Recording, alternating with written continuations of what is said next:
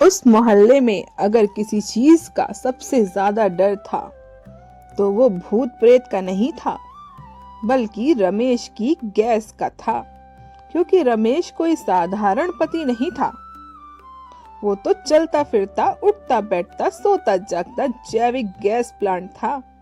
और उसकी पत्नी सुनीता, बेचारी सुनीता, जिसने कभी अपने सपनों में भी नहीं सोचा था कि शादी के बाद फूलों की सेज होगी, रोमांटिक बातें होगी, हनीमून होगा। उसने तो ये सब चीजें सोची थी, पर शादी के बाद उसे पता चल गया उसके जीवन में सबसे स्थायी चीज प्यार नहीं, बल्कि उसके पति की गैस यानी कि पू पू की आवाजें हैं। शादी के पहले दिन ही जब सुहाग रात में दिया जल रहा था, फूल बिछे थे और सुनीता कमरे में बैठी शर्मा रही थी, तभी अचानक रमेश ने ऐसी जोरदार गैस छोड़ी कि दिया भी कांप उठा। और सुनीता ने सोचा, ये शादी है या पटाखा फैक्ट्री। रमेश ने मासूमियत से कहा, अरे सुनीता, नर्वस हो गया था। और वहीं से नर्वस सिस्टम हमेशा के लिए ढीला पड़ गया। सुबह सुबह चाय पीते पीते, अखबार पढ़ते पढ़ते, दफ्तर जाते जाते, बस में बैठते बैठते, हर जगह रमेश अपनी मौजूदगी हवा में दर्ज करा देता था। एक बार तो बस कंडक्टर तक बोल पड़ा, भाई साहब, टिकट का पैसा दे दो, पर ये मुफ्त की हवा बंद करो। मोहल्ले वाले कहते, भाभी, आपके घर तो गैस सिलेंडर की लाइन नहीं कटेगी। बच्चे भी रमेश को देखकर नाक पकड़ लेते और चिल्लाते, अंकल आ गए, अंकल आ गए। और रमेश गर्व से सीना फुलाकर कहता, देखो देखो मेरी कितनी पहचान है। सुनीता पहले हंसती रही और फिर सहती रही, फिर गिनती करने लगी, दिन में कितनी बार, रात में कितनी बार। कभी कभी तो वो खुद ही खिड़की खोल देती और रमेश से पहले बोल देती, हाँ हाँ निकल गई होगी, जिससे रमेश भी बोले, वाह, अब तो तुम टेलीपैथी सीख गई हो। सबसे बुरा हाल रात का था। जैसे ही सुनीता नींद में जाती, अचानक बिस्तर धप, सुनीता उठकर बैठ जाती। बोलो हे भगवान, जैसे भूकंप आ गया हो। रमेश खर्राटे मारते मारते बोले, सो जाओ, आदत डाल लो। सुनीता तकिया मुंह पर रखकर सोचती, मैं भागू तो कहाँ भागू। मायके गई तो माँ बोल पड़ी, पति है, एडजस्ट करना पड़ेगा। पापा बोले, कम से कम मारता तो नहीं है। सास बोली, तेरे ससुर भी ऐसे ही थे, लेकिन मैं जिंदा हूँ। सुनीता ने मन ही मन कहा, जिंदा है मगर ताजा हवा में नहीं।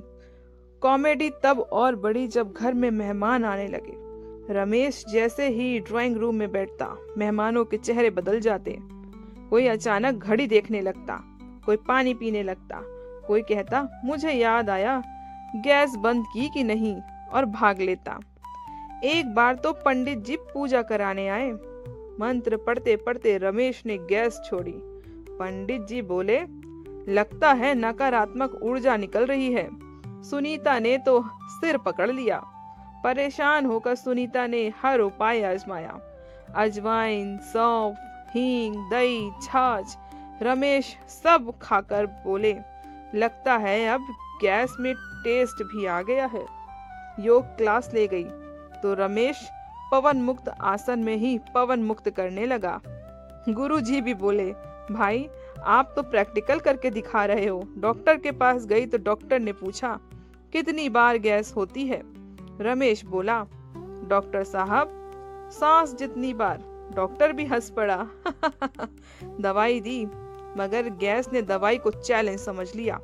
मोहल्ले में अफवाह फैल गई कि रमेश के पास बैठने से पेट साफ हो जाता है।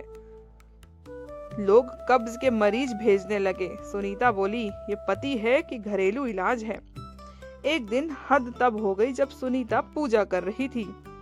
अगरबत्ती जल रही थी और रमेश ने जैसे ही गैस छोड़ी, फुस, अगरबत्ती बुझ गई। सुनीता फूट फूट कर रो पड़ी। बोली, मैंने ऐसे इंसान से शादी की थी, सिलेंडर से नहीं। उस दिन रमेश पहली बार चुप हुआ।